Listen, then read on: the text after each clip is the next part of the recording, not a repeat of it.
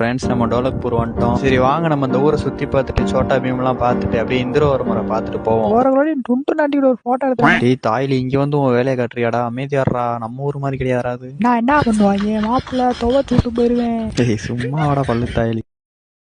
சரி வால்டர் பாடுறா எவ்வளவு சூப்பரா வச்சிருக்காங்க இந்த ஊரை. மச்சாடி அங்க பாரு மச்சாடி அங்க பாரு காளியா பாருடா ஒத்தால மாப்பிள்ள. அட ஆமா மச்சான் காளியா.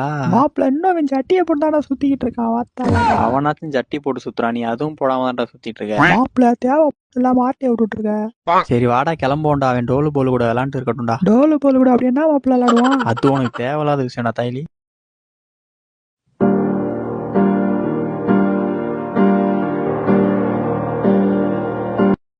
மச்சான் அவன்கிட்ட சோட்டா பீம் எங்க இருப்பான்னு கேள்றா. ஐயா அந்த சோட்டா பீம் எங்கேயா இருக்கான். ஓ சோட்டா பீமை கேக்குறீங்களா?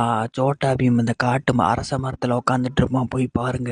ஐயா அந்த அரச மரத்துக்கு எப்படியா போகணும். அப்படியே நேரா போயிட்டு வடக்கு பக்கம் திரும்ப. நன்றி பாவா.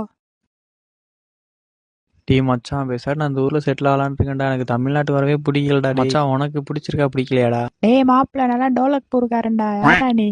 பல்லு நம்மளுக்கு மேல பாஸ்தா இருக்கான். டே மச்சான் உட்காந்துருக்காங்க பாரா சோட்டா பீம். மச்சான் டே தகவல் உண்மைதான் போல மாப்பிள்ள சுக்கி வச்சிருக்கான் போடா. வாரம் இப்பயும் பக்கத்துல தான் உட்காந்துருக்கான். டே பல்லு தாயிலி வாயை வச்சுட்டு சும்மா லட்டை சாப்பிட்டானா இங்கேயே நம்மளை புதைச்சிட்டு போயிடுவான்டா.